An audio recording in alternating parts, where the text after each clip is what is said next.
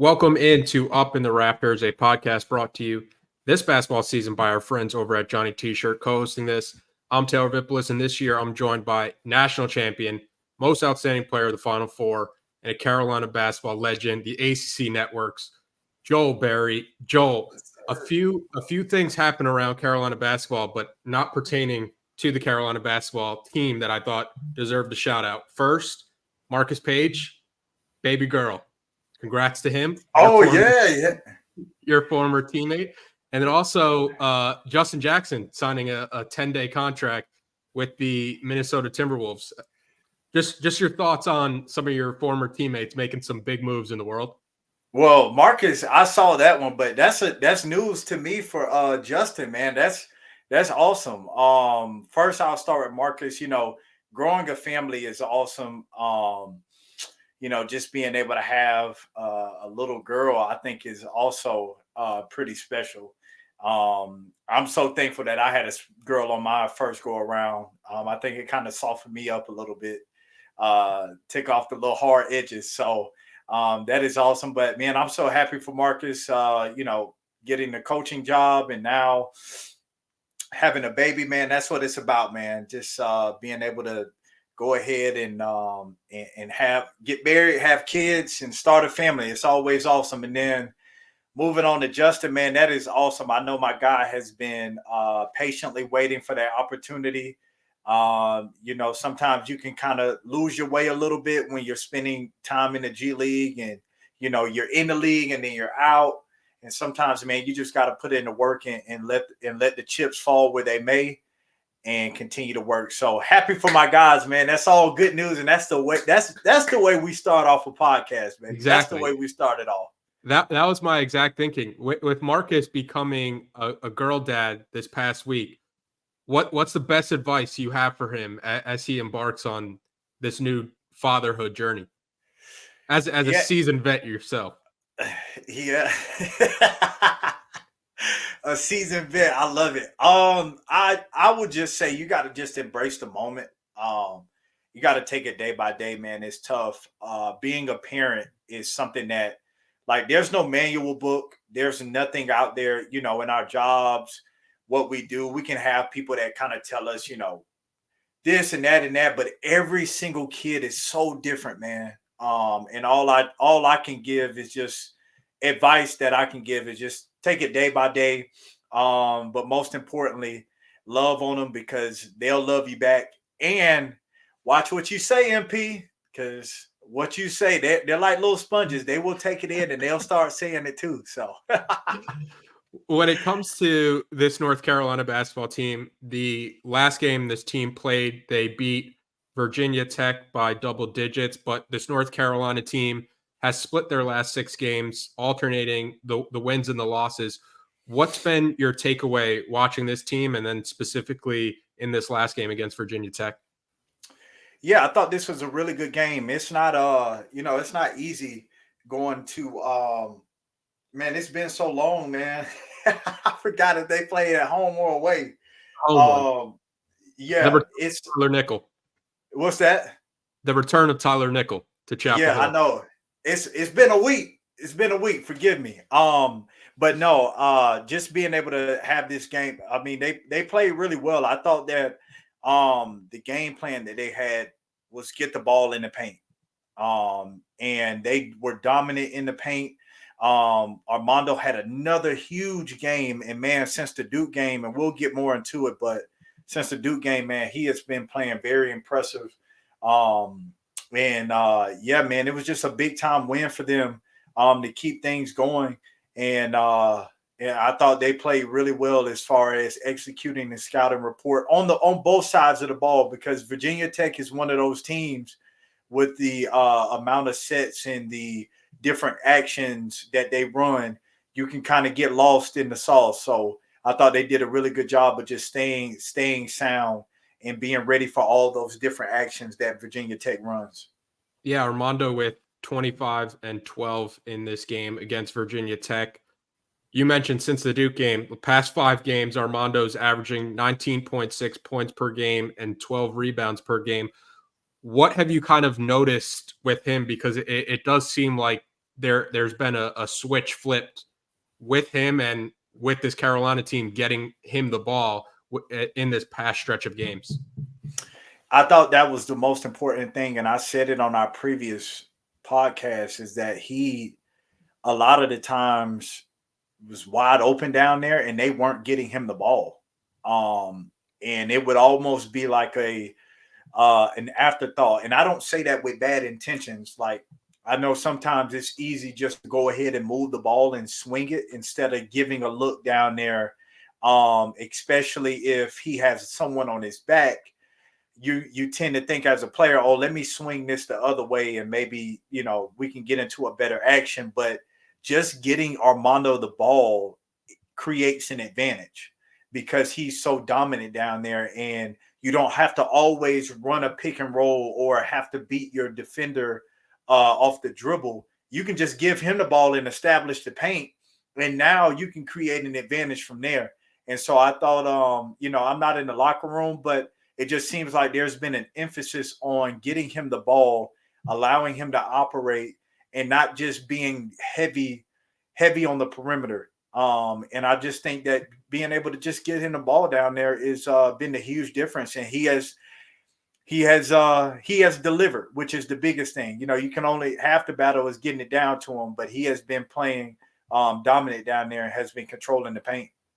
Yeah, and besides Armando offensively in that Virginia Tech game, we don't want to spend a ton of time on it because it was so long ago in the past. But I thought another encouraging sign offensively, Cormac Ryan going 4 of 7 from 3. If North Carolina can get a Cormac Ryan shooting 4 of 7 from 3 every game with how kind of streaky he is as a shooter, what does it do for this North Carolina team?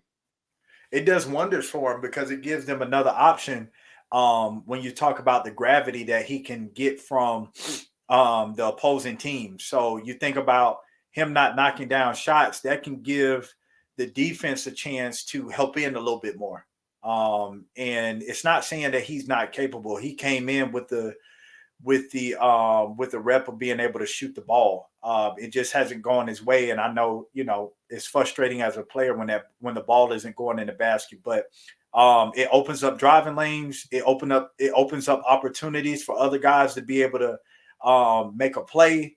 So for him being able to shoot the ball like he has is what they needed. I mean, in the last 3 games, he shot 10 for 21. Which is 47%, thanks to my calculator. That's not off the top of my head. But yeah, he just being able to shoot the ball that way opens up so many things and gives them a threat on the perimeter, which opens up that defense and allows them to do different things, which you need to do as a team. Yeah, if he's shooting 47% from 3 with the way Armando is playing in the paint right now, the way RJ Davis has played the entire year, the kind of consistent effort you get from Harrison Ingram on both the offensive and defensive end, all of a sudden when you have that fourth option in Cormac Ryan, not even to mention what Elliot Cadeau brings to the team, driving to the basket and finding open players, like this team all of a sudden has 5 very, very potent scorers of the basketball. Yeah. And if you have 5 guys that could score the basketball at a double-digit rate every night, you're a very dangerous team. But I also thought that for as good as the offense was for North Carolina, their defense of late has left a little bit to be desired. And I think Armando being so great and the offense being so great and just being able to hold Virginia Tech at arm's length, like Virginia Tech was up 5-0 in that game. Carolina takes the lead back from them, and Virginia Tech never has the lead again in that game. And it was at double digits for the most of it. But during Carolina's 10-game win streak, they held all 10 opponents to 70 or less points. And in the 6 games since, every opponent has scored 70-plus points, and 4 of them have scored 80 or more. What do you think has been happening with the defense that has kind of led to that fall off? It's a little bit of 2 things. One, you can kind of regress towards the end of the season as you kind of get away from some of the things that you have been doing as a team. So, some of those things they have to be able to clean up, not giving up straight line drives, not getting caught up in the middle of the game where you are keeping the team at arm's length, but you get complacent and you take your foot off the gas, and now a team goes on a run. That happens within the game as well. But a little bit of it too is this is the ACC, man. Teams are going to get better towards the end of the season. That's just a given. And if you aren't, then you're not playing your best basketball right now. But each and every team, coach, the emphasis going into every single year is as the season progresses along, you want to get better as a team. So it has to do a little bit with, not doing some of the things that Carolina was doing within that stretch, but it also, you have to give the teams in the ACC a little bit of credit too, because these teams have been getting better towards the end of the season. And like we see a guy like Cormac Ryan hasn't been shooting the ball well, but over these last couple of games, few games, he's been shooting the ball well. So at the end of the year, you want to be playing your best basketball. And so you have to, these teams are getting better as well. So I think it's a little bit of both. One of the things I thought was interesting from Armando Bacot's post-game press conference after the Virginia Tech game was he mentioned that the coaches are adding in more plays specifically for him. And with that, I'm curious, your experience as a college basketball player, how often would you say you guys are adding new things, both offensively and defensively, as the season goes on, and how do you kind of juggle like what you've already learned and having to learn new things while also balancing like this team's game plan coming in or this scouting report with everything new as well and trying to mesh everything? Yeah, it's not easy at all to be able to add plays within the season, especially right now as the season is winding down. I will say that's beneficial for them because now at this point of the season, there's so much film out there.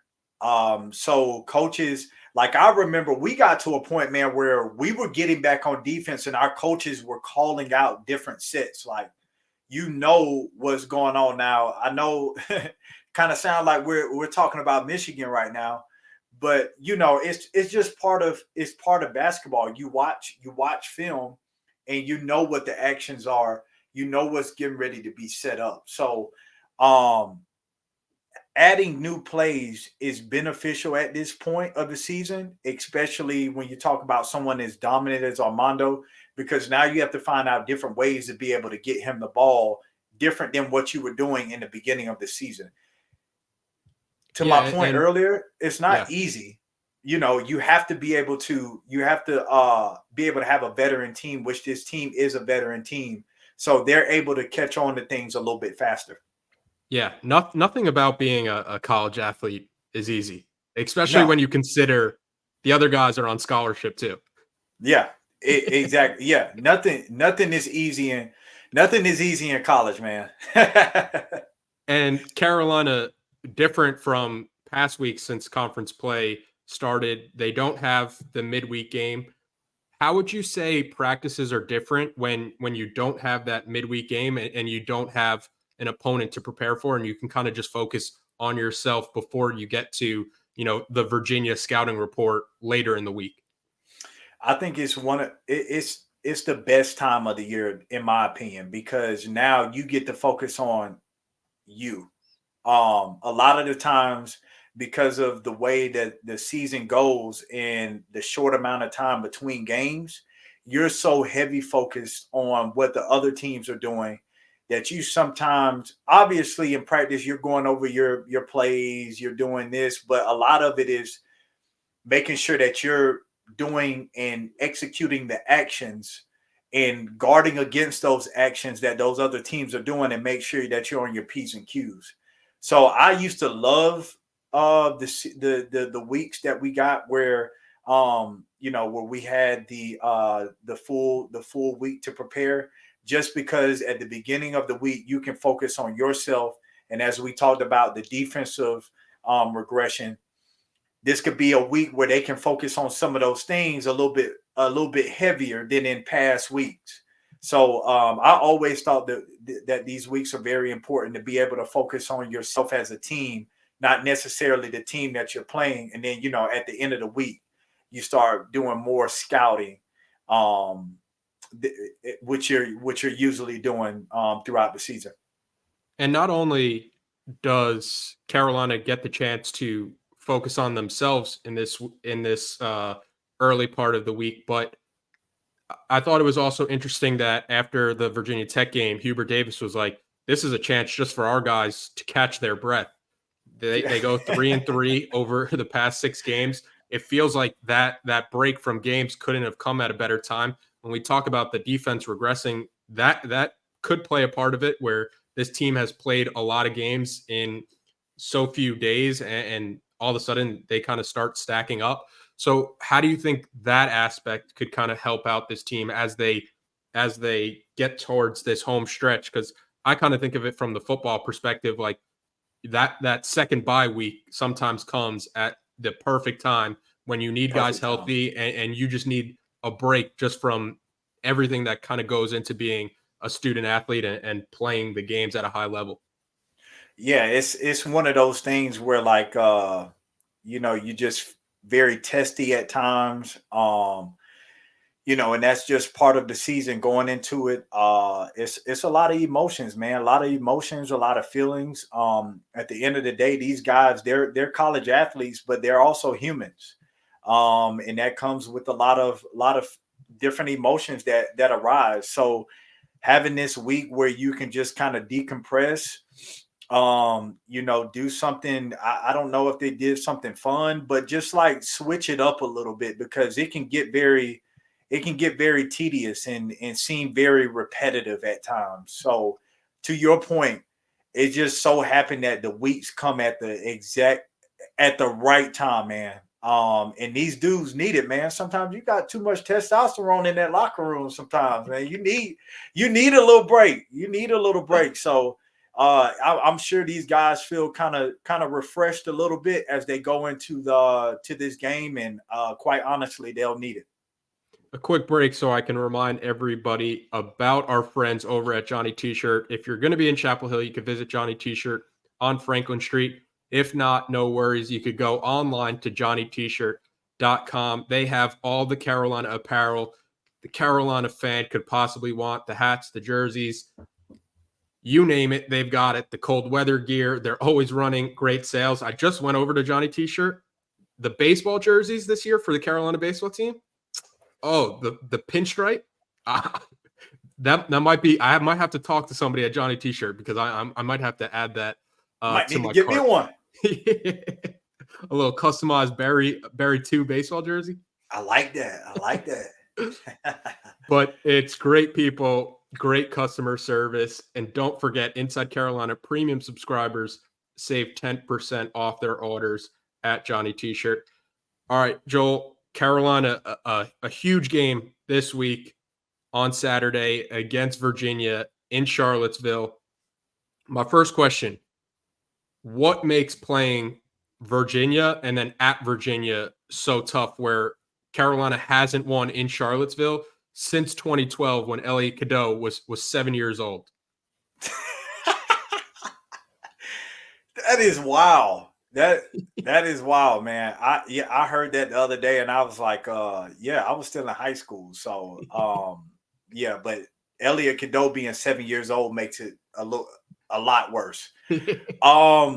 What makes it hard is, one, Virginia is just one of those unorthodox teams that plays entirely different than a lot of teams in the country. I mean, they have I think I saw a stat that they have the slowest pace in college basketball over the last 10 years. So, I mean, that's hard to play against, especially a Carolina team that plays on the opposite side of the spectrum. So that's tough. And then also, it's a crowd that gets excited about shot clock violations and block shots and things on the defensive end compared to anything that they do on the offensive end. So it's just a tough place, man.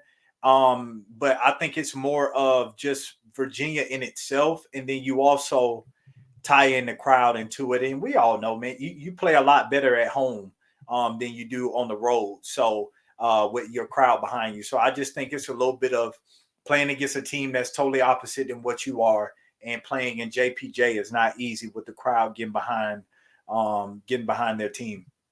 Why do you think there's so much variety? I don't know if variety is the right word I'm looking for in the results that this Virginia team plays, where they can win a game in the 40s against Wake Forest, but then the next game they get run out of the building against Virginia Tech, where they're still in the 40s, but a team like Virginia Tech goes for 70 plus points. And then you also have like the more extremes where Virginia wins the NCAA tournament, but they can also lose to the 16 seed. Why do you think there is that range in outcomes in their games? Yeah, so it's the first thing that comes to my mind is every possession is not going to be effective. And so when you think about a Carolina team that plays very high possession games, you have a little bit of wiggle room to not have some effective possessions. But for Virginia, because of the lack of possessions that they have and the slower pace, those possessions offensively have to be on point. So you put a lot of pressure on your offense, and that's the thing that they're really good defensively. But, if they're not scoring the ball, which is what goes up on the scoreboard, then you can go down and play defense all you want. And odds are the opposing team is going to score at some point. I mean, if there's a game that's 2-0, then I want to see that. I want to be alive to see that. But no, you got to be able to put points on the board. And that's the problem, is they get into these possessions, or they get into this time where it's hard for them to score the ball. So now they're putting a lot of pressure on their defense. And if you're going against a team that has it going offensively, and you're not scoring the ball, then you're in trouble. And for a Virginia team, when they get down, it's hard for them to get back in the game, because they do have a lack of possessions and they don't have enough to be able to get themselves back in the game. Like they were down by 20 or 30 against Virginia Tech, and they were running the shot clock down to 5. It's like, what's going on? So, that's when they're on offensively and you pair that with their defense, they're good. But when their offense isn't going, they're putting a lot of pressure on their defense. It's tough with the lack of possessions that they have each game. Yeah, Ken Palm has them as the 9th best defensive efficiency, 166th offensive efficiency, and their adjusted tempo, 362nd. So I guess last in the country. Very slow. Very slow. And I did love watching the Virginia Tech game. The point you mentioned where it's like Tony Bennett's like, yeah, we're not changing. Yeah, stay the same. Stay the same, guys. Stay the same. I'm like, what? Y'all got to get it speeding up. Yeah, the flip side of when it's hard for them to get back into games, especially at JPJ, when you are down 6 or 8, does like the panic start to set in, and being like a 6 or 8 point deficit to Virginia can feel like 20 plus at sometimes. Yes, you hit it right on the head, and that's where they get you. You go in there, you think you're down 6 to 8 points. You're like, crap, man, we gotta get back in this, and you get enticed into thinking you can get it. You can get those 6 to 8 points back in one possession, and then it just all of a sudden it just compounds. And next thing you know, you are really up. You really down by 20. So yeah, that's the problem, is you have to continue to be patient with Virginia. You can't get lulled into thinking that you have to get it back all in one possession, because if you do, then it ends up just compounding, and then now all of a sudden you're trying to really get back in the game, and with the lack of possessions, to my point earlier, it's hard to do that. So you have to continue to be patient with your offense and find the best shot. The thing about Virginia's defense is that they do have holes, in their defense. It's just that you can all of a sudden get pulled into thinking that you have to go one-on-one. And that's what they want you to do because their help side is so heavy. They play the pack line. So they're trying to cut out all gaps. So you have to be able to move the ball side to side and get a high quality shot, especially in the times where you find yourself down, because if not, you can it can be a snowball effect and you can find yourself in a bad place in JPJ. And I'm saying that from experience because I've tried to do it and it's not, it happens. Yeah, I think maybe it was 2016 the year you guys went to the championship game. Yeah, Was that let's not talk. Let's not that was talk one. about that. I went to that game, and that was one of the. I can't imagine what it was like playing in the game, but from the stands, one of the most miserable experiences I had. Yeah, man, it's so tough to play. It's so tough to play in there. And that 2016 team was so good, but it's just like they're suffocating sometimes to where you feel like there are more players out there on the floor than is allowed, and that's just how they do it, man. And then all of a sudden, you find yourself down, and you feel like you got to come back because you hear how slow they play. And instead of just being patient, you just continue to try to go fast, and then it ends up like 2016. So, but you guys got, looking at the bright side, you guys got your revenge in the ACC championship. yes, we did, which is got the MVP on that one, which was pretty special. That was like my coming out party, I feel like. But that game wasn't easy, man. That game. No game against Virginia is easy. I don't care how bad they are. No game against Virginia is easy. Let's set that in stone. I remember watching I think it was the Elite Eight games that year. You guys had already won to advance to the Final Four. And I think it was Syracuse, Virginia in the Elite Eight. And I was like, no, I can't believe we're going to get like part 4 this year against Virginia. And then Syracuse pulled the upset. And I was like, oh, this is the least worried I've ever been about a game. Yeah, no, we were in the midst of our game. We were looking up at the scorecard, and we were like, dang, we got to play Virginia again. Goodness gracious. And then we were already up by 20 against Indiana.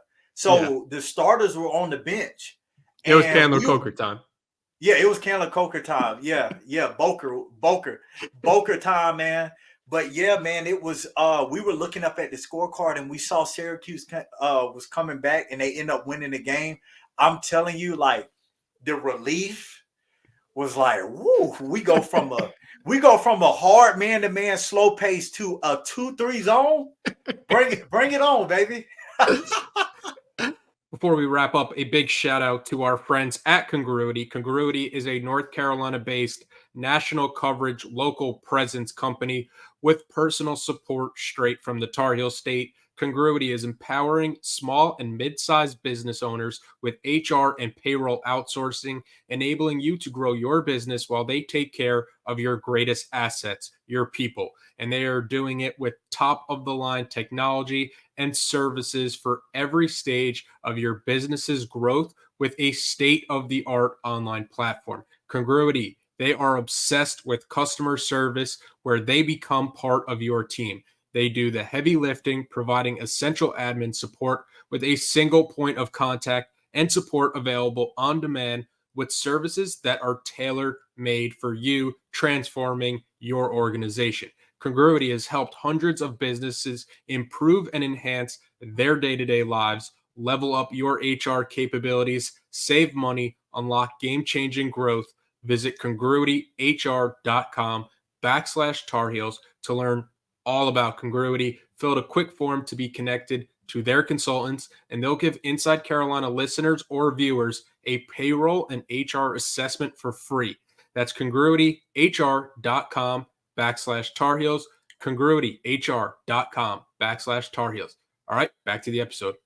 How does Carolina match up against this Virginia team? Because this is the first time Carolina will play them this season. Yeah, I think this is one of the Virginia teams that isn't good defensively as they were in the past. Now they've held Miami to 38 points, and they've held some other teams to some low scoring games. But I think that as my point earlier, there are a lot of holes in this Virginia defense. The one that comes to mind for me is the paint. I think that they can dominate the paint with Jordan Minor being undersized. Blake Buchanan is a freshman. And we just look at, Carolina, 54 points against Virginia Tech in the post. And Lynn Kidd had problems with Armando Bacot. Melijah Petit had problems. So I think one area that comes to my mind is the paint, establishing the paint. Now, I haven't seen Virginia doing the double team like they did in the past, which I'm not sure if that changes for this game with what Armando presents. But if they play them one-on-one, get the ball down low for sure. Get it down low, establish the paint early. And I think they can find some success there. But as far as guard play, Reese Beekman will probably be on RJ, I'm assuming. And then Cormac Ryan will probably be matched up with Isaac McNeely. And Ryan Dunn will probably be on Harrison Ingram, which I kind of want to stay away from Ryan Dunn. That dude is very good defensively, but I think Carolina will find success in the paint area. Carolina makes the trip to Charlottesville to try to win for the first time since 2012, when Tyler Zeller was the leading scorer in that game, the 20 ball. 20? To get Carolina the win. The last time Carolina won there. But that game, 4 p.m. Saturday on ESPN, should be a good one. Carolina trying to maintain its lead with Duke atop the ACC standings. Joel, appreciate the time as always, and appreciate everybody watching and listening. Yes, sir. Go Heels.